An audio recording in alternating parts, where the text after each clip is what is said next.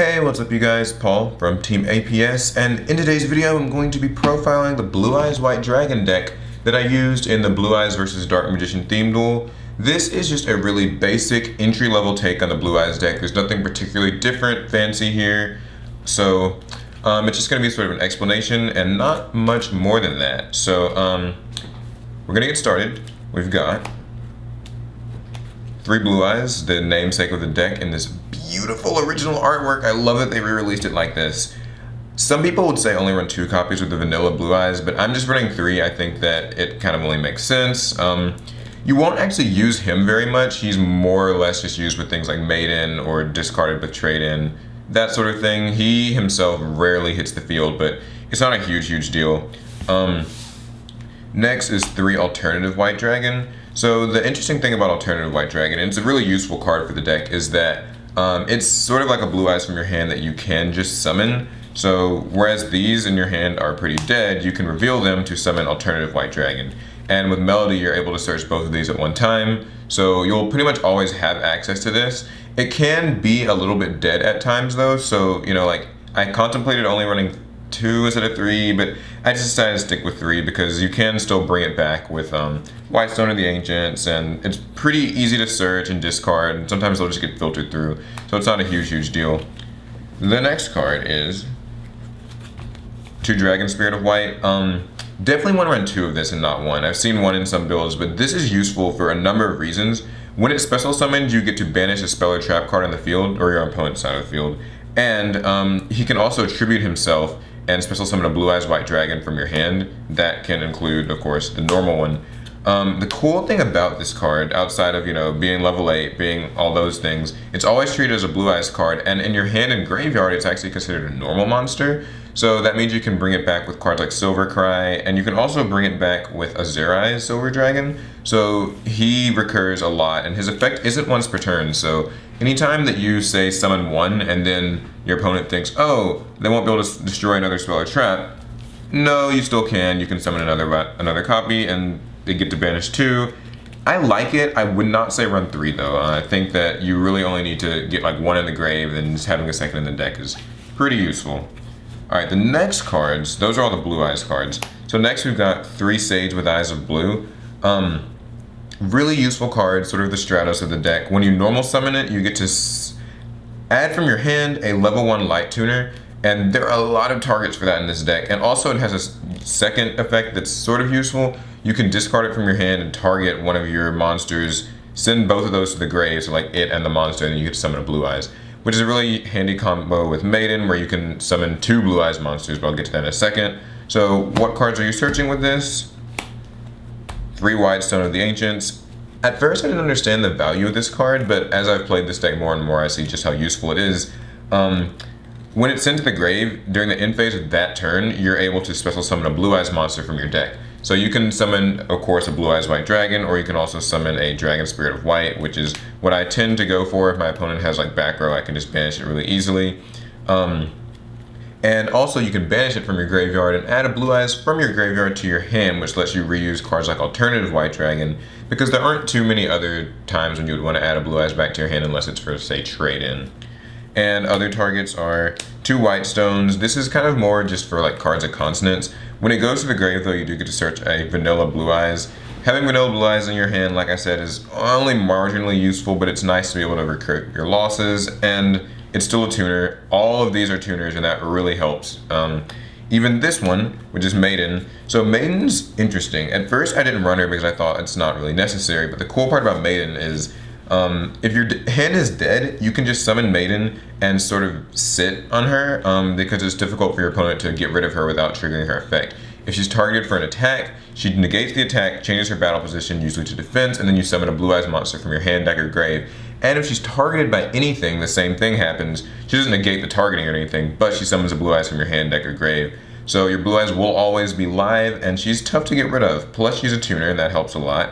So what you can do with Sage and Maiden is discard Sage and target Maiden. Since Maiden was targeted, its effect will also activate. So Sage will summon a Blue Eyes monster, and Maiden will summon a Blue Eyes monster. So even though they'll both go, you get 2 Blue Eyes, and that can be like 2 to the 3K vanilla, or that can be, you know, a Dragon Spirit of Right, and also the vanilla. So that's really, really powerful.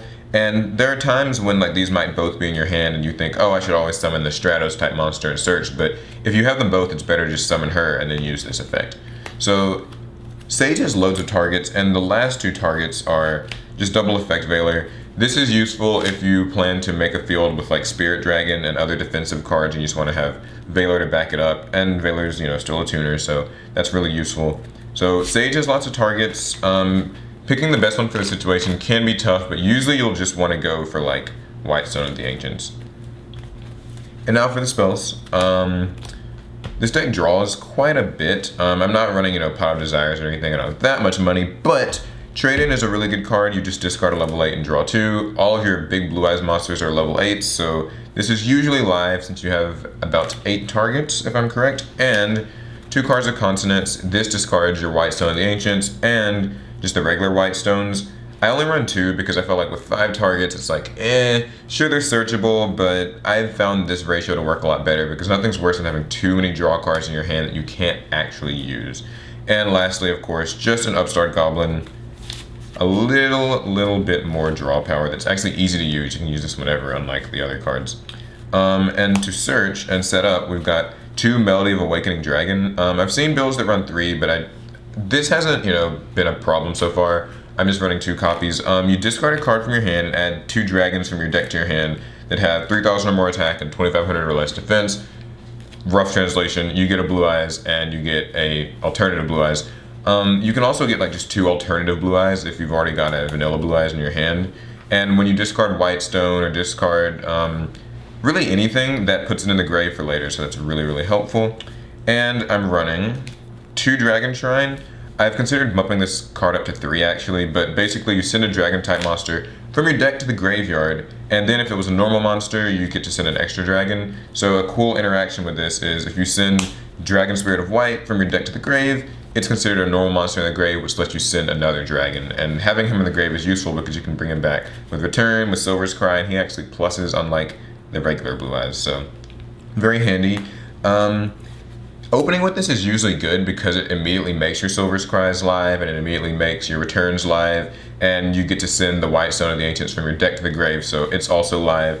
Seeing this is really valuable, and in hindsight I think I might actually increase the copies of this card to 3, but we'll see. For now it's only at 2 though. And then we've got the field spell, Mausoleum of White, and a Terraforming to search it out.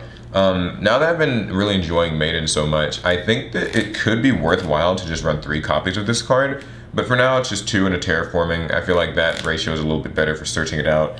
The useful thing about this is it can, increasing attack points isn't really that important, but the big thing that you want to do with this is if you have a Maiden in your hand, you can normal summon Maiden and use Mausoleum of White's effect, which targets Maiden, sends a Blue Eyes from your deck to the graveyard or your hand to the graveyard, but usually you want to send it from the deck. Maiden's effect activates because she was targeted, so you get to summon a Blue Eyes, and that alone is great. Also though, it gives you an extra normal summon of any level 1 light tuner, and that means that you can usually make the Crystal Wing play, which I will explain a little bit later on, but basically it just involves summoning a tuner, sinking into Spirit Dragon, using Spirit Dragon's effect, and then summoning a second tuner and sinking off the thing that you summoned.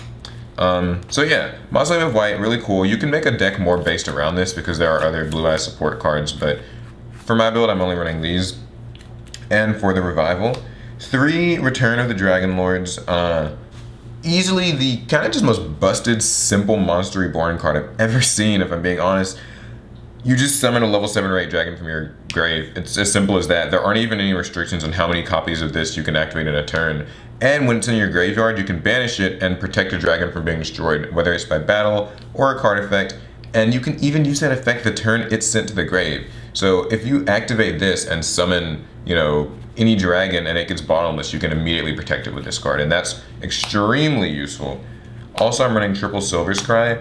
I'd probably drop this down to maybe 2 copies and instead run like say another Dragon Shrine or another Mausoleum of Light, but Silver's Cry summons a normal type dragon from your grave, so it's a bit less flexible than Return, but it can still summon your Dragon Spirit of White and all your regular dragons, and that's really useful. And being a quick play kind of helps because you can use it to summon Dragon Spirit of White in your opponent's turn and banish something that might be crucial to them. So like for example, against Dark Magician, I can use it to get rid of Dark Magic Circle before it becomes a threat, and so that's really useful. But having 3 can get a bit dead sometimes, so I think that moving forward, I might just run like 2 copies of it and then replace it.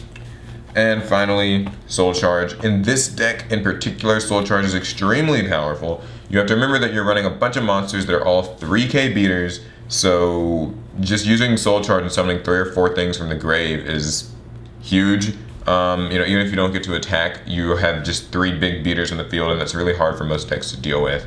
And the life point cost is almost always worth it, because a Blue Eyes is really strong field presence, so you're not just getting a bunch of weak monsters. And that's all for the normal, or the main deck. I don't run any traps. If this is a more competitive build, I might run like, say, Vanity's Emptiness or something like that, but generally this isn't a deck where you want traps, they'll just slow you down. For the extra deck, I've got 3 Spirit Dragon. I was only running 2, but we had this in the Mega 10, so I decided why not run 3. Spirit Dragon is extremely useful. I wouldn't say it's even pivotal to the deck, but it has a lot of uses. So the first thing is that it stops your opponent from summoning 2 or more monsters at the same time, so this effectively shuts down Pendulum Summoning, and it can also shut down a few other cards that like just summon 2 cards at once. So like if you say destroy, Break Sword from the Phantom Beasts guys, they can't bring back their 2 monsters because it's like 2 monsters at the same time, and there are a few other situations like that that it can stop.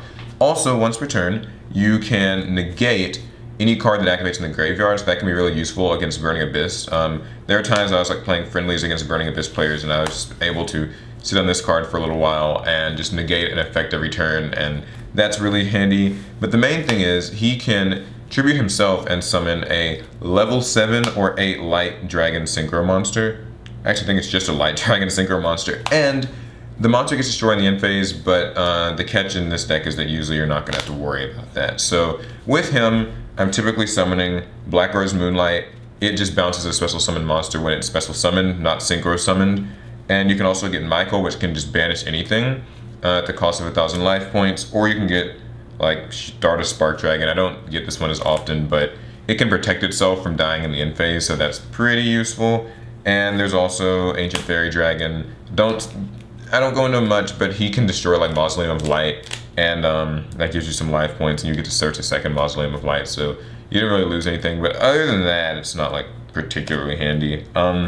You can also get Azure Eyes with the effect, and Azure Eyes won't die in the end phase, so if you ever want to kind of grind your opponent out, you can just summon Azure Eyes in defense, and it protects itself and all your dragons. Then during the standby phases, it resummons dragons, and it can summon Dragon Spirit of White or just a regular Blue Eyes, so you get a lot of recursion with that. But typically what you'll want to do is get one of these 2, use their effects to get a plus, and then say summon a Light Tuner and sync them off to make Crystal Wing. So I'm running a Crystal Wing. You could run 2 if you had them, but I've only got 1 on hand. It's not actually a play that you do all that often, but it's a really powerful one to lock your opponent up. So if you're ever able to make like a Crystal Wing and then any other like Blue Eyes monster, that's huge. And the cool synergy that Crystal Wing has with this deck is that it is a level 8 dragon. So Return of the Dragon Lords can bring this back if it dies, and if it's on the field and your opponent tries to Raigeki it, because that's the typical out to this card, you can use your Return of the Dragon Lords and banish it to protect it. Rest of the cards is just Blue Eyes Twin Burst. You will not make this very often, but when you do, it's kind of useful. It just takes 2 Blue Eyes, and it can't be destroyed by battle. It can attack your opponent's monsters twice. If the monster it attacks isn't destroyed by battle, it gets banished at the end of the damage step. So you can use this as a way to out anything bigger than it, because you just run into it and he doesn't die, and then you banish whatever card that is. Or you could even do it against, like, say, a Marshmelon, Spirit Reaper, Aroma Jar, those types of cards that don't die. But you usually won't be making this all too much. And last but not least, we've got the Galaxy Eyes people. I'm actually missing the Dark Matter Dragon, but I'll explain that later in a second. First, though, Galaxy Eyes Cypher Dragon is a newer one. It just takes 2 level 8s, and you can detach and take one of your opponent's monsters, and it gives it 3,000 attack, and it gives it this name. So the important thing with that is that it's a good way to end games if your opponent only has the one thing on the field protecting them. And also, because that card becomes a Galaxy Eyes, you can then overlay any of your other Galaxy Eyes overlaying things onto it. So that's really useful. Next, though, I've got just Galaxy Eyes Prime Photon Dragon. I don't even care what this thing does. It's only here to be stacked over. So you put this over it, And this, you detach a material, pop a card, and then you put Dark Matter Dragon over it. So that's the only card I'm missing, but Dark Matter Dragon is really easy to get a hold of. It's just a gold rare, and it lets you send dragons from your deck to the grave to make your opponent banish cards, and it gets to attack twice, so it's a really good way to finish them off. You could actually run this deck without this little suite of cards, but it just enhances the OTK potential of this deck. Nothing particularly special beyond that, though. So, that concludes the deck profile. Blue Eyes White Dragon, really fun deck to use. Really powerful. It's a deck that you'll probably enjoy if you just like decks that make big monsters and don't do much else. But other than that, it's not maybe my favorite deck to use, but maybe you'll like it. So, if you enjoyed the video, give it a thumbs up. Make sure that you check out the theme duel between this deck and Dark Magicians. I'll have a link to it in the description and probably in the video as well. It's a really exciting thing, and I might update this build later, but this should hopefully give you a pretty good primer of just how to play Blue Eyes White Dragon. There's loads of other techs that I've seen people use, the Felgrand card and Galaxy Soul Juice to make Cyber Dragon Infinity, and Pot of Desires for draw power, but this is the basic shell. So, hope you guys enjoyed. Give it a thumbs up if you did. Subscribe for more Yu-Gi-Oh! Check out the Dark Magician deck profile, and that's going to be it. So, I'll see you guys in the next one.